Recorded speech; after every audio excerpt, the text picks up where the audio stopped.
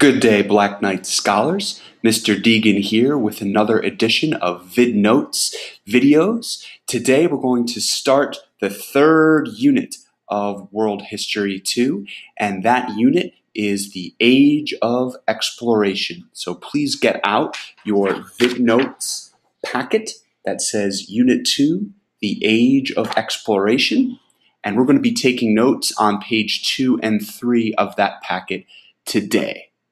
We've previously talked about the Renaissance and the Protestant Reformation. In those units, we've talked about the open-mindedness of Europeans.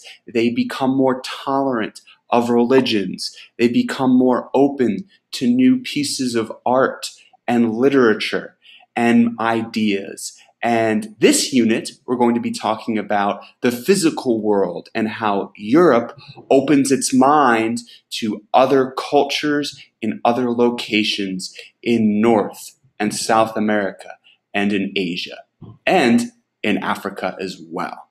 So the major question we're going to answer for this lesson is, how did European exploration change the world? Here we go. Why do Europeans explore in the first place? Why not stay in their bubble and remain happy there? Well, one event sparked exploration for the Europeans. That was in 1453, the Ottoman Turks take over the key city of Constantinople. If you look down at this map, in the red box is where Constantinople is. It's in present-day Turkey. Constantinople was a capital city of the Holy Roman Empire, but when the Ottoman Turks, led by this man on the white horse, his name is Mehmet II, or Mehmet the Conqueror, when they come into Constantinople and take it over, the Ottoman Turks control this area, and the European economies lose a key trade route to Asia. Before Mehmet II and the Ottoman Turks take over, the Europeans have a land route directly to Asia. But the land route is taken away, and as a result, European nations now seek maritime or sea trade routes using the Atlantic. Now, European countries, you see Europe just north of Africa here, they go to the Western Hemisphere to explore North and South America. What motivated European exploration aside from this trade route being taken away from them? We're going to explore the 3 G's now, 3 words starting with the letter G that act as symbols. Gold. First, European merchants hoped to profit from European demand for Asian spices and foreign natural resources. Second, God. The diffusion and spread of Christianity was important for Europeans. European rulers felt it was their duty to continue the Crusades, these holy wars between Christians and Muslims, and to convert indigenous or native peoples around the world to Christianity. The third motivational factor was glory. In other words, competition among nations to establish worldwide empires and set up trading companies that would make the economies of these nations rich and ultimately win them glory. The 3 G's: gold, God, and glory. Innovations that made maritime navigation possible. Without these, the explorers of Europe would not have done their job as well. A little backstory here. In the Middle Ages in Europe, navigation was considered one of the 7 mechanic arts. The others were war, agriculture, performing arts, medicine, hunting, and blacksmithing. So when you were deciding on a career in Europe in the Middle Ages, you might consider one of these 7. However, Europeans knew very little of the world outside of Europe. So navigation was a very new career path. And in fact, Europeans borrowed many of their ideas and innovations from Asia and especially from the Arab Muslims of North Africa and the Middle East. In fact, the Arab Muslims had the most academically advanced societies in the world in the 1500s. We get a lot of our ideas from science and math from the Arab Muslim societies and cultures in the 1500s. Let's go through some specific navigation innovations. The compass.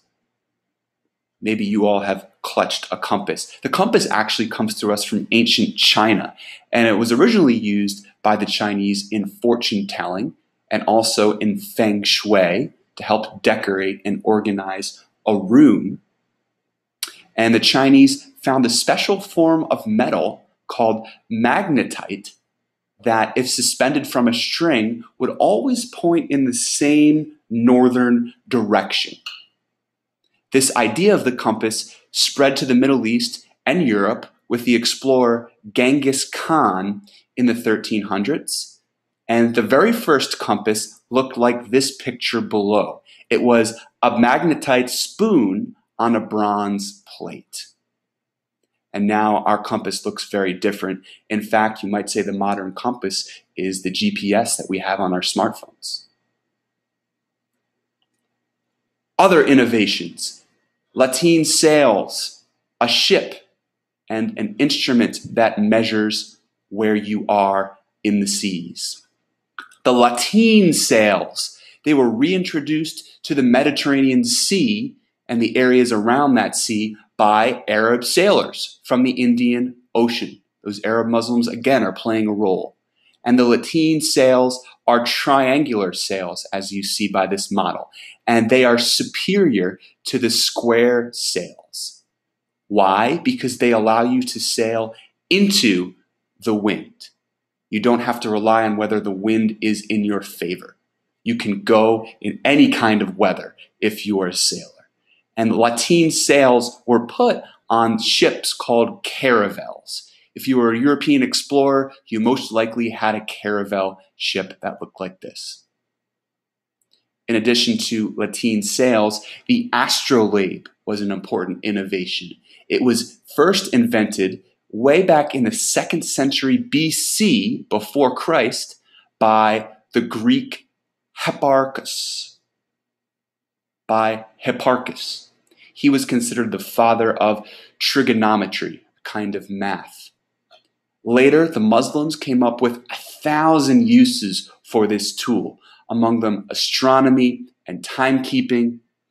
European explorers used it to measure latitude, where they were in the ocean.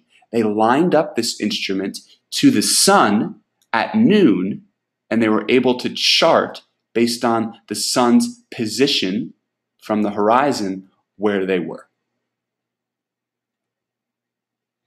We talk about navigational tools. There was an early navigation pioneer that was instrumental for the Europeans. His name was Prince Henry the Navigator. And here he is. He is a member of royalty. He's from Portugal, and he's the son of the King of Portugal. So as a result, he has a lot of money. And he becomes a patron for navigation. A patron, meaning someone who funds and pays for the expeditions that sailors make along the coast of West Africa. And if we go from the second bullet point to this map, you see Lisbon, a major city in Portugal, and you see this red line which shows you the different routes that Prince Henry's sailors took along the west coast of Africa. And they eventually reached Liberia around the time of Prince Henry's death. Now, Prince